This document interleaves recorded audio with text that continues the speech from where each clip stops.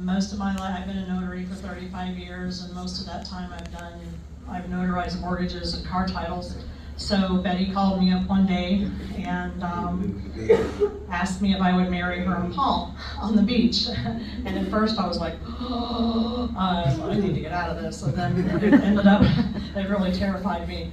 But they took me out for lunch, Betty and Paul both, about a week before the wedding. They took me out for lunch, and we were all, three of us are Christian people, and we discussed what we would like the vows to be, touch on our Christian background. Yeah. Without being, fire and brimstone and all that, but Right. we did want a nice ceremony on the beach. And it ended up being probably the coolest thing I ever did. I did bring the photos to give to Carol. They're back there if anyone wants to see I appreciate them. it so much. Yeah, and beautiful pictures of you guys. Thank you. Thank you so Such much. a great reception. I remember serving food at the wedding. I sang at the wedding. I mean, it was just like... It was a good time, It too. was a I good remember the time. live band. You were singing, he was playing the guitar. Yeah. It was just really Yep. a beautiful ceremoniality was there. Yeah. And it was just probably, when I look back now, it's like, I'm so glad I did that. But I am glad. We are too. I am glad that, I saw Betty in February. We had our DCF luncheon at the Roadhouse, and it was really, I thought she looked fantastic. She did. She had lost a lot of weight. Yeah. She had driven herself that day. I know. She was all over her phone showing me how to do stuff on the phone, and I was just like, oh my gosh, she's doing wonderful. I know. And then that Monday, I get a text message from Carol that said she was stunning, and I was like, what? No, I just saw her. I just ate lunch with her a couple weeks ago. This can't be. I know. And then Carol said, if you want to see her, you need to come now. Yep. So within like an hour, I was Yeah. at their house. Yeah. I got in my car and drove. And I'm so glad you did. Yeah, I'm so glad you I did did. too, because I believe she passed the next day. It wasn't long. I know that. Yeah, Yeah, it wasn't long. The next day. So Betty was great. She, obviously she still had her wits about her. Yeah, she did. I did lay my hands on her and pray for her, and I told her that even though you're ready to go, it's not your will, it's God's will, whether you're going to go or not. You may really want to go, but it's up to God. Yep. And so I laid my hands on her, I prayed over her, she thanked me, we held hands for a long time, I told her how much I loved her, and I'm so glad that I went over there that I'm day. so glad you did I'm so too. glad that you had texted me and let me know what was going on. She loves you so Okay. much. She still does. I You know. love her, I'll never forget her, she's just an awesome person. We'll see her again. I hope, and I will see her on the other side. That's right. I have no doubt where she's at, because we've talked about her Christianity, and she's in the right place. Oh, I didn't mention, she actually went to a Billy Graham concert Yes, once. I remember her You're, telling me you're that. the I one think that I told me you that. Yeah, she I told meant me. to mention that in my She writing saw and I Billy forgot, Graham. so I'm glad you brought that up. And she saw Joel Osteen with me. Yeah, oh Lost yeah. in Tampa. Yeah. And she really loved that. She Yeah, loved we it had a good time. lot. I've been driving around Tampa for about 4 Yeah. hours in a circle. Back then we didn't have GPS. And we finally got back to DeLand, and then there was a car accident, so we sat for another hour or two in DeLand. It was Yeah. a long night. Yeah. But it's a good memory. Yeah, that's so awesome. Okay. She spoke of it and she really did love it. So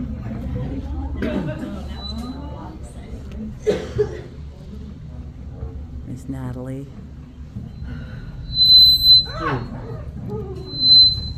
I don't know why it's doing that. Just too close to that box. Before I get Oh, is that into what it all is? the wonderful things I'm going to say, I'm going to just pour my heart out to you and your brother, Thank you, and the Natalie. other brothers and everybody. And I'm going to start off with this. P11084 was Betty's number at DCF. And I remember it was on 242 East New York Avenue, and I started off as a very young lady, a single mom with 2 kids, coming running, no shoes, no nothing. And I went in that office, and the next day I was working for them. Back then they had window A, window B, window whatever, and they used to smoke in the office back in those days. I remember that. And they had that back room in the back, in the back. And I can just, We know you that. You smoke, but you smoke like normally. But I walk by that door and this thing looks like Cheech and Chong. I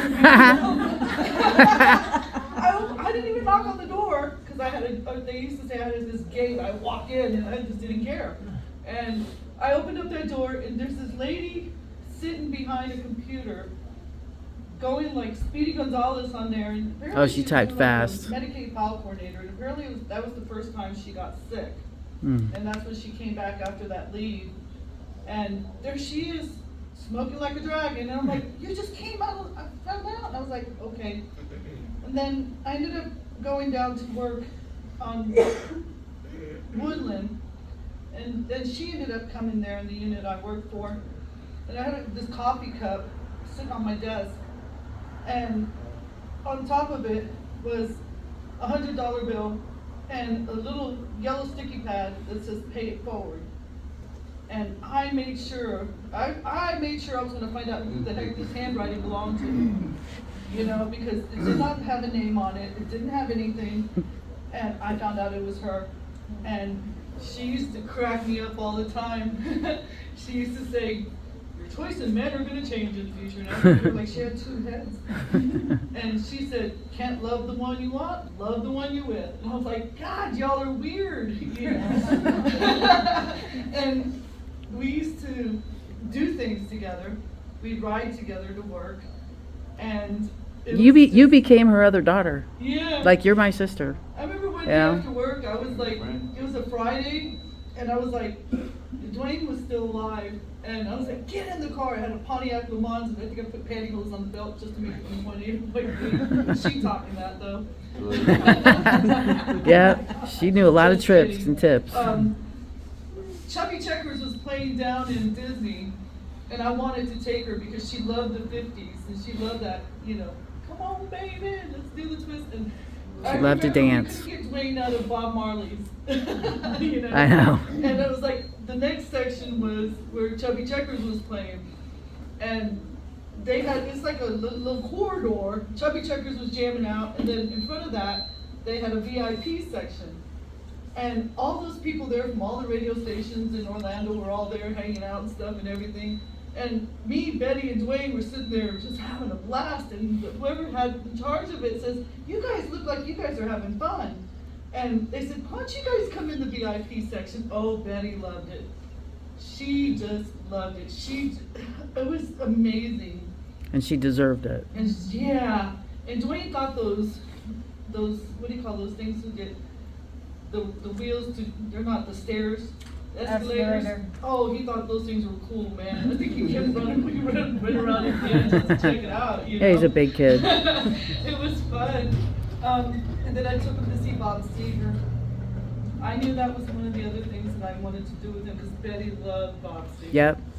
And I think that the next guy that she thought was just adorable was Brian Burry that worked for DCF. And they said, oh my gosh, the women would just sit there and go, wow, where'd he come from? You know? She loved the responsibility of having a man in her life. That was Betty. She loved the presence, she loved everything about it. She That's did. who she was. She did. She was a nurturer, she cared, she was fun. And then I took her to see Peter Frampton down in Daytona. And Dwayne was still alive also. And, you know, Dwayne was pretty darn smart. And he noticed that the seating up front, he watched these chairs for like about 15, 20 minutes. The show started. And Dwayne was like, we're gonna go up there. Yeah. I was like, He was like that. so we got our stuff off the nosebleed up in the mezzanine. Oh, he was like There that. we were down on the floor. Nobody was gonna watching He'd go right in general admission, no You problem. know? Right down there. Yeah. Betty and I have a lot of history. I would not have been able to raise my children because I lived in the house in Lake Helen. She lived in there before me, raised her children, and she knew I needed that help. She was there for me when my mom died. I think she met my mom, and I think her and my mom had this thing, you know, hooked up to prepare me for who was gonna be there for me on the other end. The DCF life, Sue, Sylvia, Karen, Barbara Joan, Price, Barbara Price, Carmen Carmen and Singleton, we would all just hang out, you know. But one thing I did. Elaine, Yeah. One thing I did learn is so, that Raphael, so many names. wherever we were from, we're a different rarity. We're like family. We stuck it out. No matter what, we had problems from Yale to jail, up and down, high and low. Carol Reeves. We always were there for each other. And like today's society, I'm gonna go into my rant, it's not like that anymore, you know? And I'm gonna miss Betty. I got real sick last week when I found out, you know? Thank God for Raphael. I reached out to him because I'm glad you I was did. losing my mind because I was just like, what the heck? Why did she peace out on me? You know? You know, she just left. She shouldn't have left. I know. You know? That's how I feel too, She but loved to drive. I know. She had a heavy foot, man. She'd take your foot off the road. She threw it in that vehicle. She loved to drive. She Yeah. loved Dwayne. She loved Paul. Yeah, she she loved did. to cook. She made the best, let me think. Everything. Eggplant parmesan was her thing. She made this sauce out of tomatoes paste. I never knew that, you know. We cooked a lot for each other. We hung out with each other. We became very close. And I can go on for hours. I know. I'd be laughing about so many I know. different things because she did it to the limit.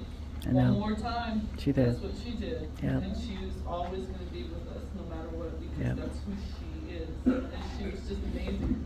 She loved sunflowers. She liked houses and trains because her grandfather was from up north. Yeah. She loved the choo-choo trains and all that stuff and everything. Even though people don't know, but I really do listen. It took me a while, but I'm good here. Who's next? Anybody else want to talk?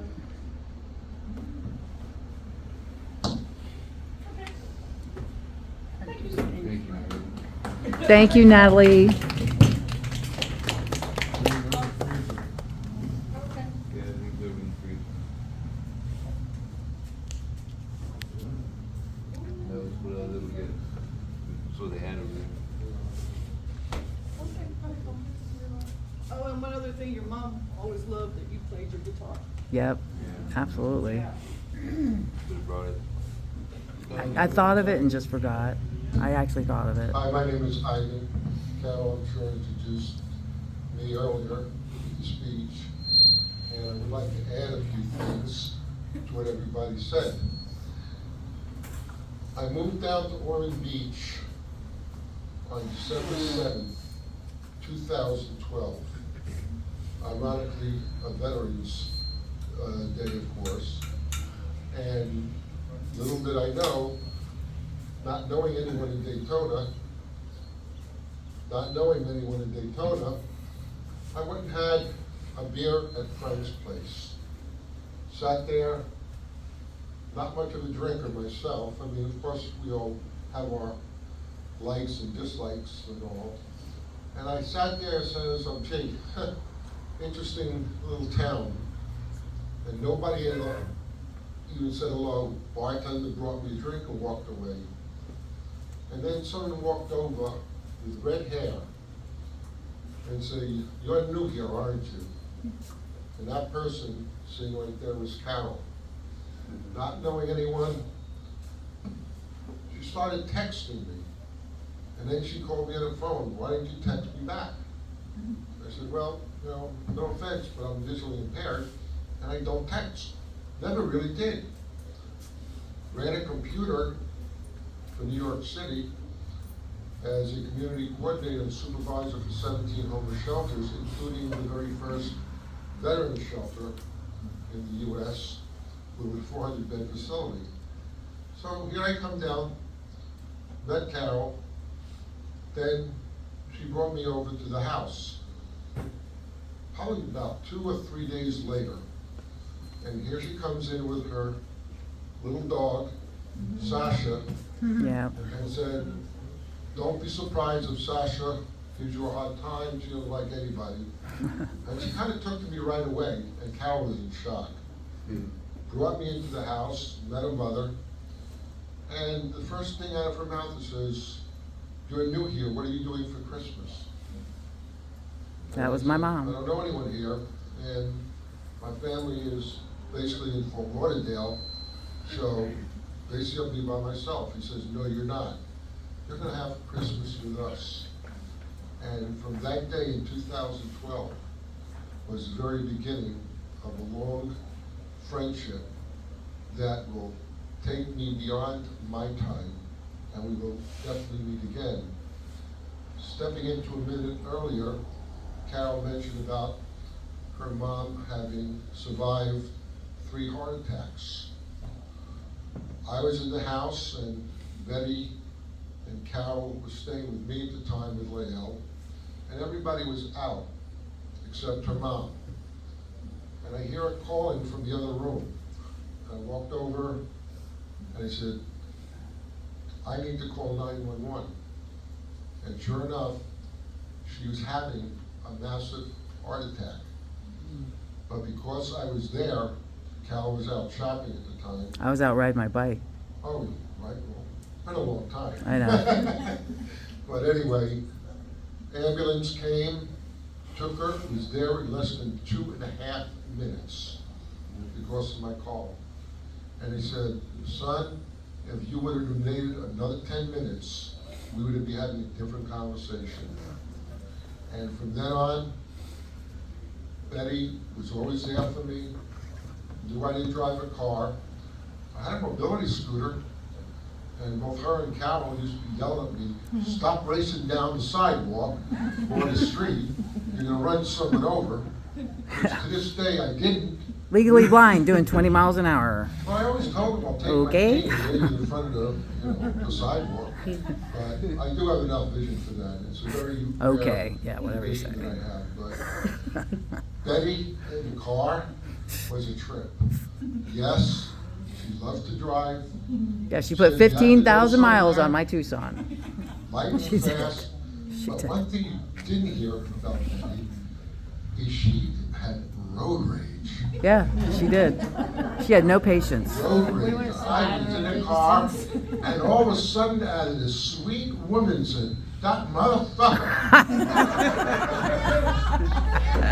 And the first time I heard that, she said, "Say what?"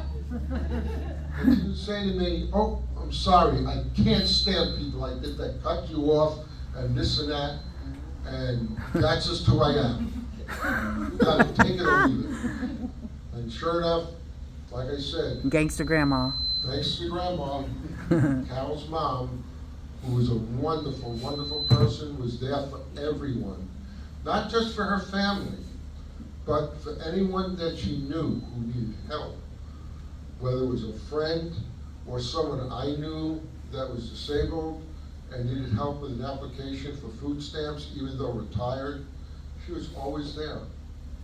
And for that, I thank her and for her service to the community of Ormond Beach, Lake Helen, Casadega. State of Florida, state of Florida. State of Florida. And like I say, we shared a common bond because she worked for the state of Florida and I was working for the city of New York.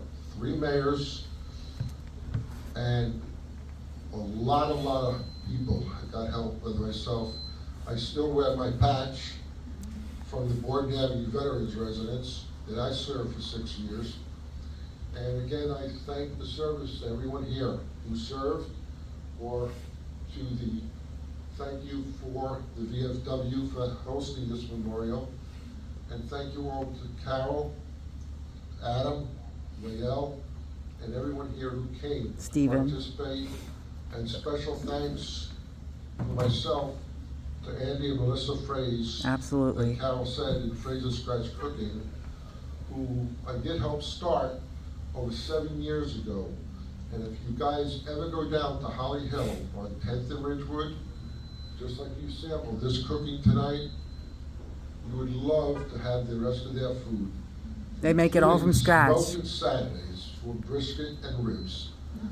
But anyway, Betty would drive me around and we would deliver the food, pick up their rolls when they first started out.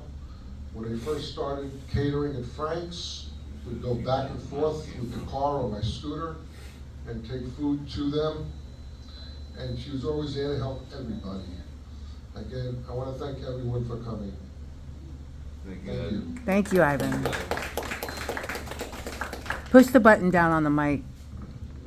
It's on the side. Would anyone else like to come up?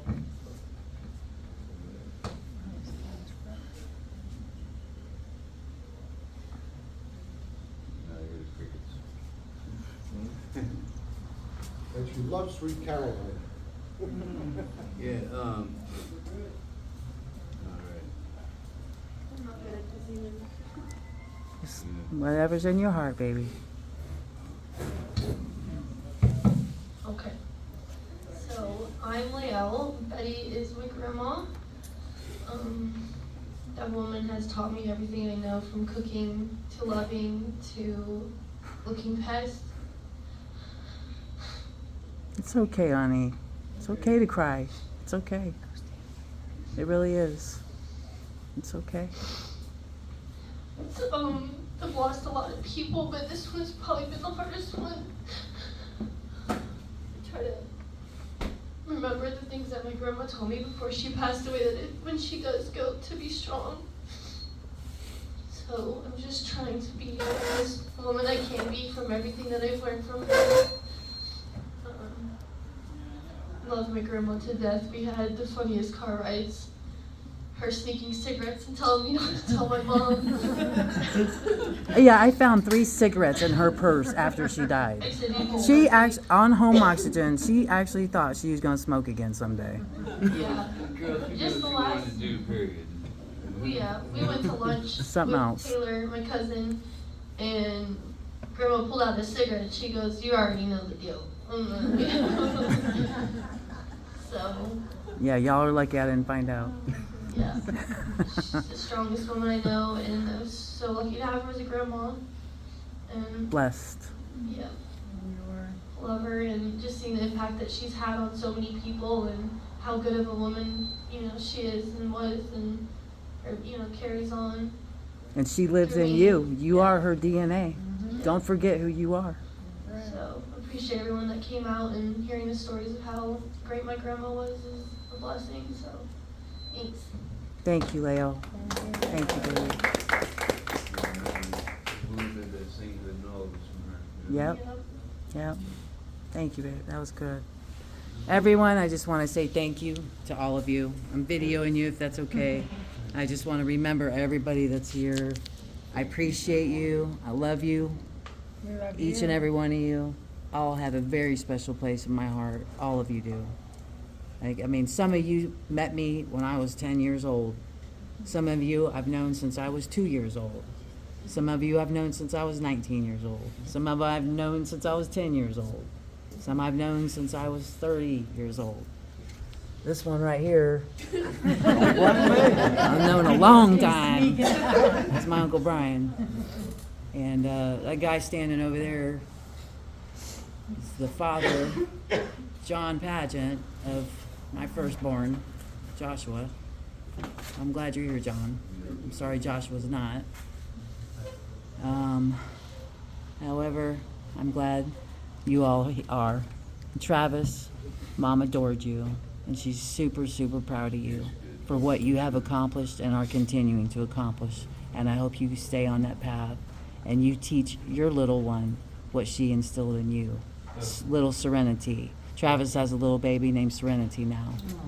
So, and this is Stephen, who is a part of my life now, very much so, has been the last 4 months, helping me tremendously with everything I've been going through, and just dealing with my mom and how everything happened so quickly. So I just want to say thank you, everybody. And I love y'all. Love you. Thank you.